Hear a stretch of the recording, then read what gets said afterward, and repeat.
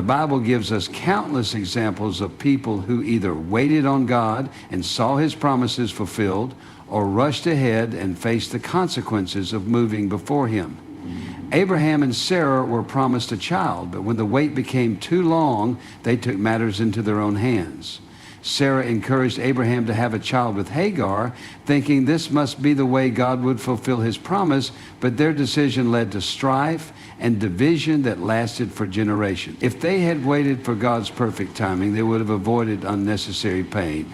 Waiting on God does not mean doing nothing. It means actively trusting Him while preparing ourselves spiritually, emotionally, and mentally for what He has in store. When we wait, we develop patience, endurance, and faith. We learn to depend on Him rather than our own understanding. God's timing is not about delay, it is about development. There are things we may desire today that we are not yet ready to receive. God, in His infinite wisdom, knows the perfect M1 of the hardest things about waiting on God's timing is that we often compare ourselves to others. We see people around us progressing, achieving milestones, and walking into blessings while we feel stuck. Comparison can be dangerous because it leads to discouragement and causes us to question whether God is. But the truth is, God's plan for each person is unique. Just because someone else receives their breakthrough before you does not mean yours is not coming. We must trust that the same God who has been faithful to others will be faithful to us. Another reason we struggle with God's timing is that we misunderstand delays. A delay is not a denial. Just because something has not happened yet does not mean it will never happen. God often allows delays for a reason. Sometimes He is protecting us from unseen dangers. Other times He is positioning us for something greater than what we originally prayed for. Joseph had dreams of leadership, but he had to go through years of trials before he saw them come to pass. If he had tried to force his way to the throne, he would have missed the process that shaped him into the leader God called him to be.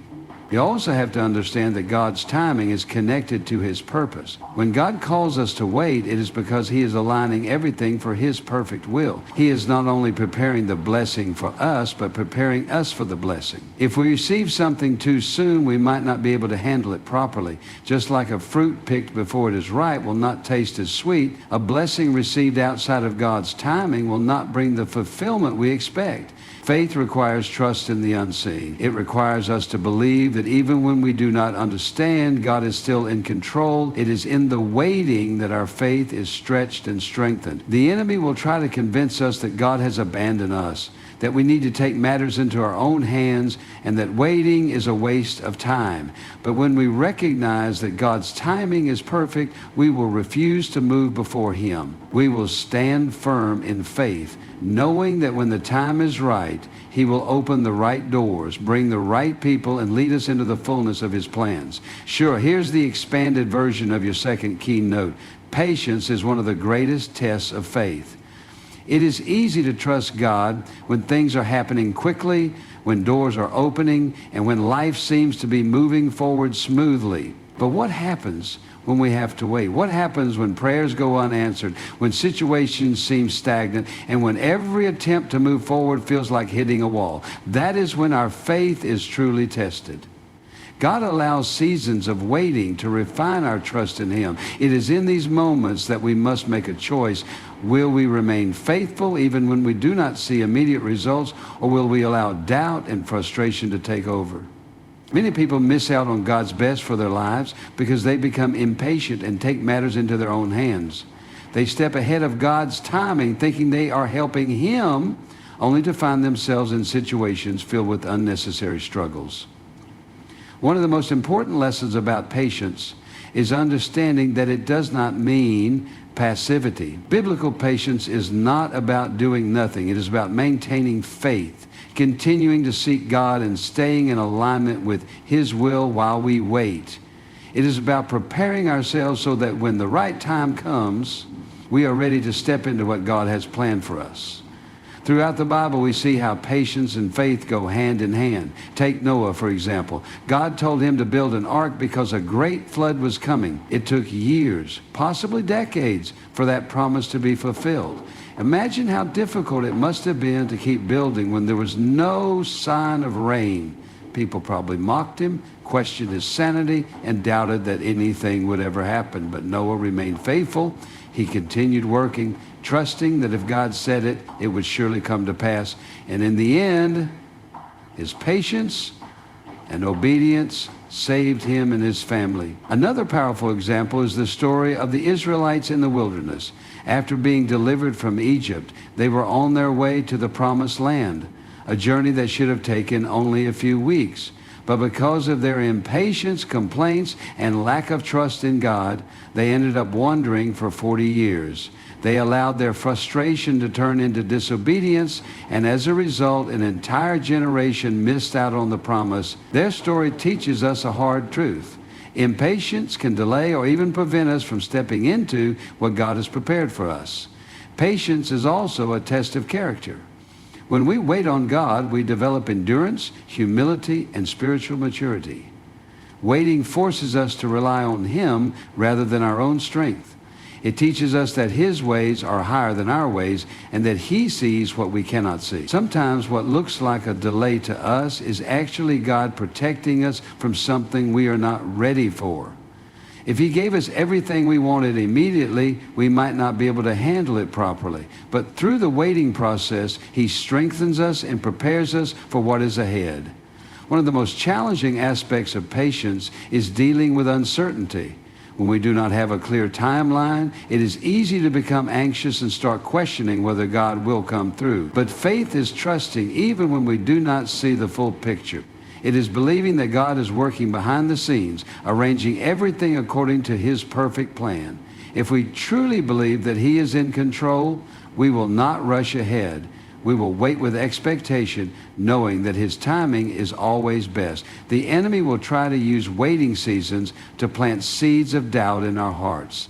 He will whisper lies, telling us that God has forgotten us, that nothing will change, and that we need to take action on our own. But we must resist that temptation. If we truly trust God, we will not move until He says move. We will stand firm in our faith, knowing that when the time is right, everything will fall into place exactly as He has ordained. Here's the expanded version of your third keynote. Obedience to God is the key to unlocking His blessings. Throughout the Bible, we see a pattern. Whenever people followed God's instructions, they experienced His favor, His protection, and His provision.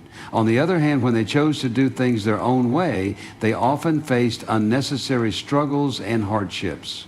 Obedience is not always easy, especially when we do not understand what God is doing.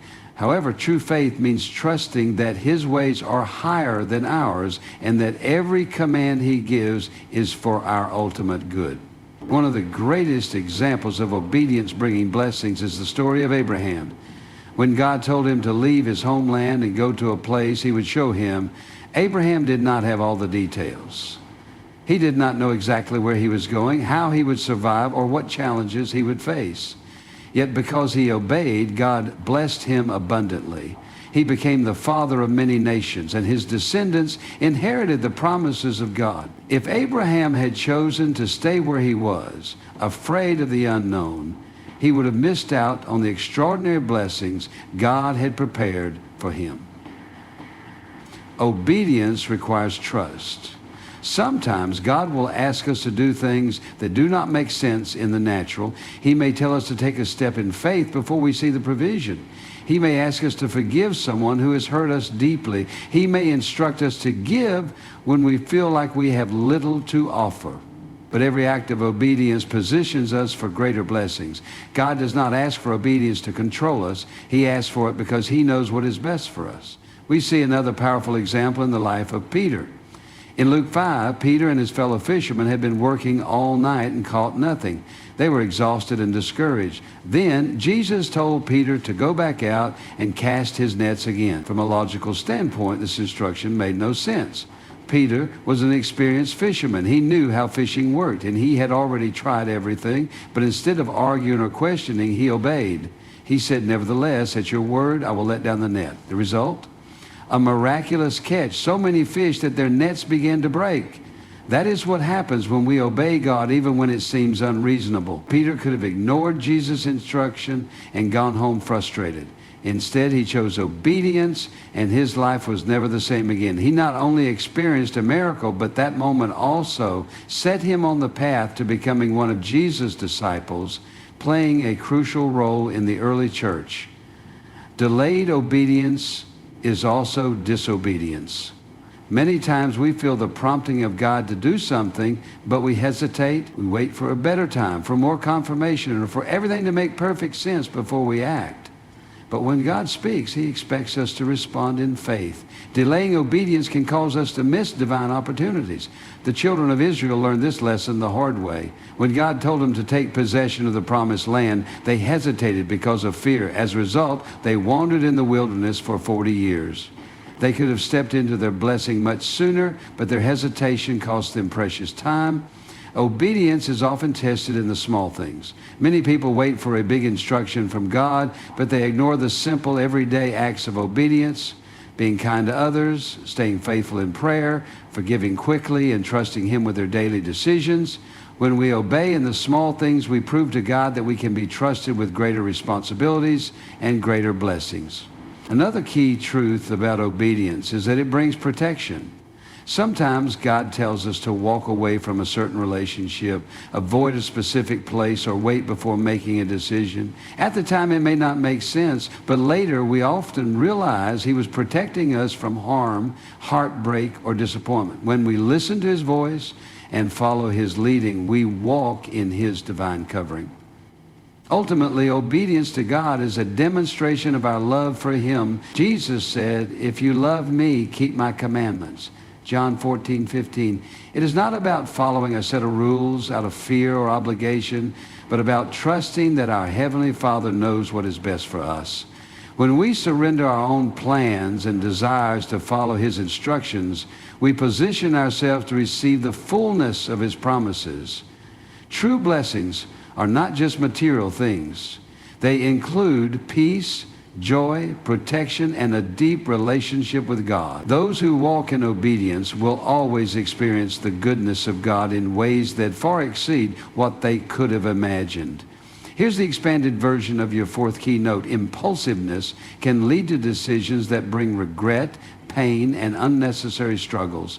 When we act out of impatience rather than waiting on God's direction, we risk stepping outside of his perfect will. Many times, what seems like a small decision in the moment can have long-lasting consequences. The Bible warns us repeatedly about the dangers of moving ahead of God. When we trust our own understanding instead of seeking his guidance, we open ourselves up to frustration, disappointment, and avoidable hardships. One of the clearest biblical examples of impulsiveness leading to regret is the story of King Saul. God had given Saul a specific instruction through the prophet Samuel. Wait 7 days for Samuel to come and offer a sacrifice before going into battle. However, when Saul saw that his troops were getting restless and Samuel had not yet arrived, he took matters into his own hands. He performed the sacrifice himself, even though he was not a priest and had no authority to do so. The moment he finished, Samuel arrived and confronted him. Because of his disobedience and impatience, Saul lost his kingdom. His impulsive decision, made in a moment of fear and pressure, cost him the favor of God. This story teaches us an important lesson. When we act without waiting on God, we often act out of fear, pressure, or desperation. Fear clouds our judgment. When we do not see immediate results, we feel the urge to force things to happen on our own. But God does not operate on human timetables. He expects us to trust him even when the situation seems uncertain. Acting impulsively instead of waiting for God's perfect timing can lead to setbacks that could have been avoided. Another example is Esau, who sold his birthright for a bowl of stew. In a moment of hunger and desperation, he made a decision that affected his entire future. His birthright represented not only material inheritance, but also a spiritual blessing. And yet, he gave it up for temporary satisfaction. When the time came for the blessing to be passed down, he realized his mistake, but it was too late. His impulsiveness cost him something that could never be regained. How often do we make decisions based on temporary emotions rather than long-term wisdom? Many people enter relationships without seeking God's guidance, take jobs without praying for direction, or make financial choices without considering the consequences. Later they look back and realize that if they had just waited a little longer and sought God's wisdom, they could have avoided heartache and trouble. Acting on impulse rather than on faith leads to regret. One of the biggest reasons people move impulsively is because they feel pressure from society, from family, from friends, or even from their own expectations.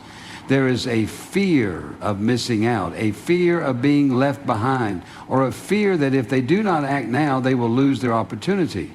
But what God has for us will never pass us by. If it is truly from Him, it will come in His perfect timing.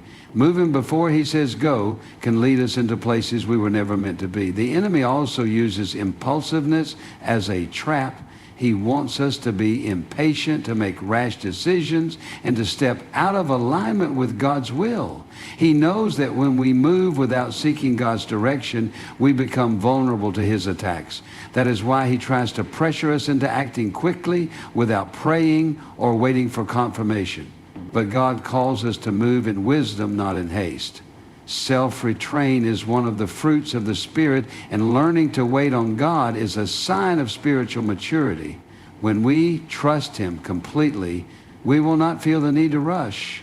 We will not allow emotions, circumstances, or the opinions of others to dictate our choices. Instead, we will seek His will, wait for His confirmation, and move only when He says it is time. Regret often comes when we realize that we made a decision outside of God's will. But the good news is that even when we make mistakes, God is merciful. If we surrender to Him, He can redeem our wrong choices and guide us back onto the right path. However, how much better would it be if we avoided unnecessary detours altogether by simply waiting on Him in the first place?